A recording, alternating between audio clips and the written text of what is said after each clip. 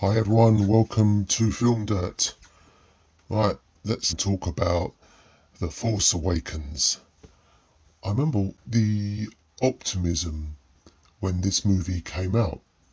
We were going to see the further adventures of characters we loved and be that child again, hopefully, by having new Star Wars stories told by other talented filmmakers.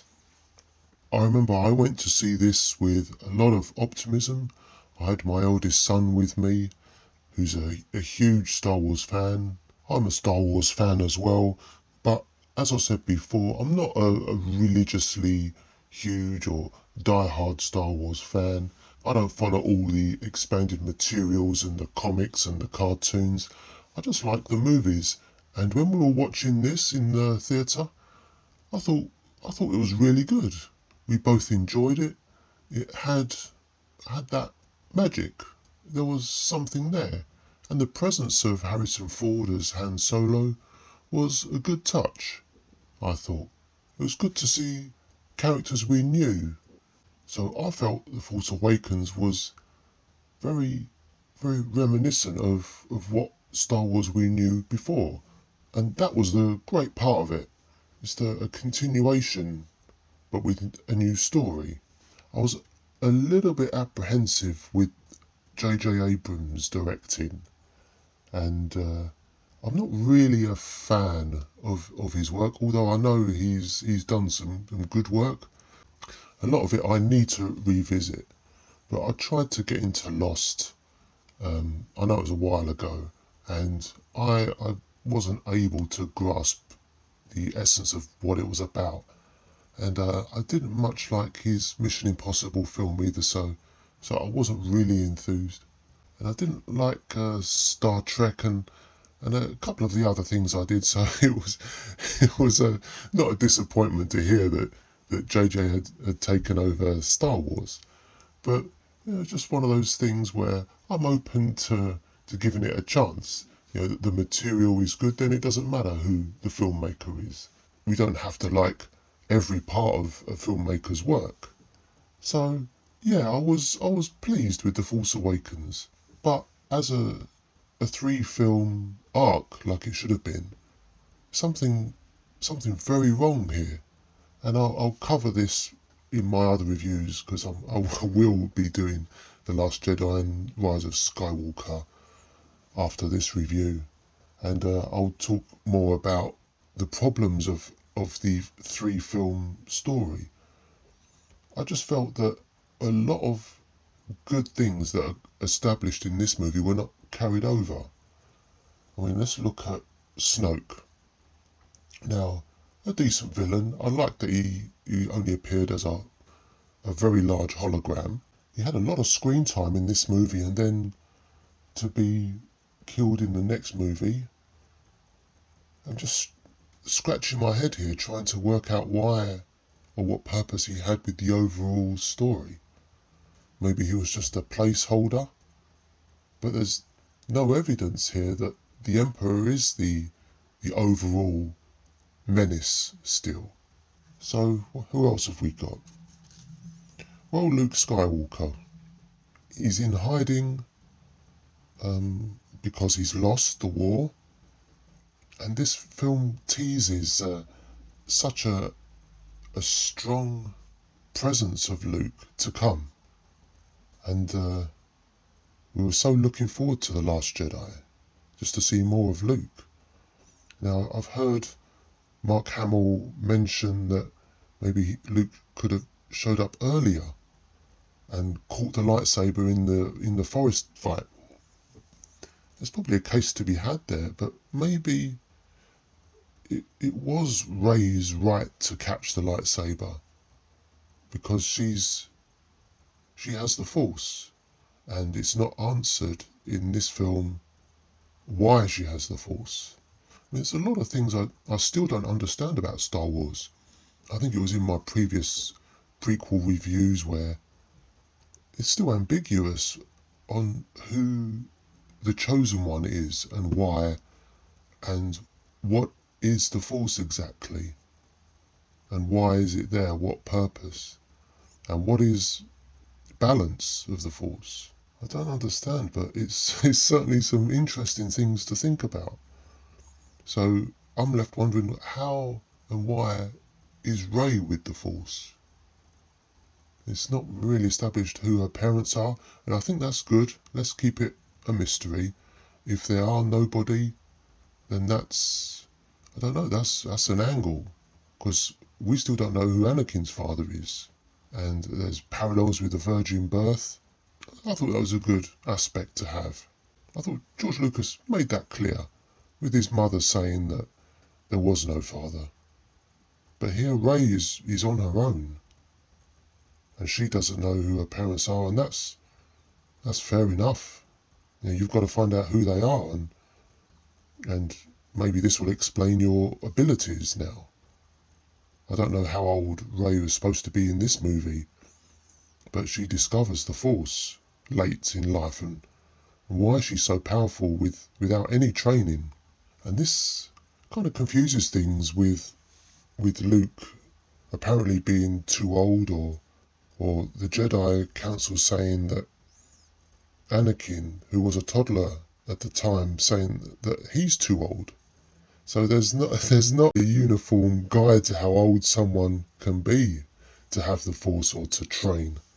So I'm just trying to think of what I can take from Rey's story, and maybe could have been made clearer as to why she's seemingly with the Force, and that should have been explained in the subsequent films if you're going to leave that story thread open. I just felt the explanations weren't really there, or not told very well. I think maybe we didn't need to have the Emperor in this movie, but maybe have him in the next movie, at least in The Last Jedi, just to tie up more loose ends. And we're now left with the theory that Disney didn't really have an overall plan. So I'm just thinking, what happened during the production that stopped them having a plan? I mean, I know Colin Trevorrow had an idea for the third film. I haven't read the script or any of his ideas, but you know, there should have been more of a continuation, and stick to it. I know things change, and different filmmakers have different ideas, but please at least go into it with a 3-film overall story, like I'm assuming George Lucas did. I mean, he had maybe not an overall script, but he had bullet points of what we need to cover in this film, in the middle film, and in the last film. And he hit, as far as I saw, he hit all of those marks. Went from a young boy who doesn't know his destiny, who doesn't show any dark side traits at all, to the second film where he's starting to be a little bit funny and a little bit strange, and definitely having dark side thoughts, but not being a dark side user. And then fully realised in the third film. That's what we should have had with the sequels. We should have had a point to take from the first film, and more story points to take from the middle film, and then realised in the last film. But it didn't happen that way, and it just makes you think, with such a huge billion-dollar company like Disney, to be misguided like this. I'm at a loss for words, because this film shows promise, and we should have taken these aspects established in this film to a greater level, not just throw various things away. I mean, the Snoke character really is thrown away, and Luke really, let's be honest, is thrown away. He should have been the big bad. Okay, he's done wrong in his life by lying low and not doing anything.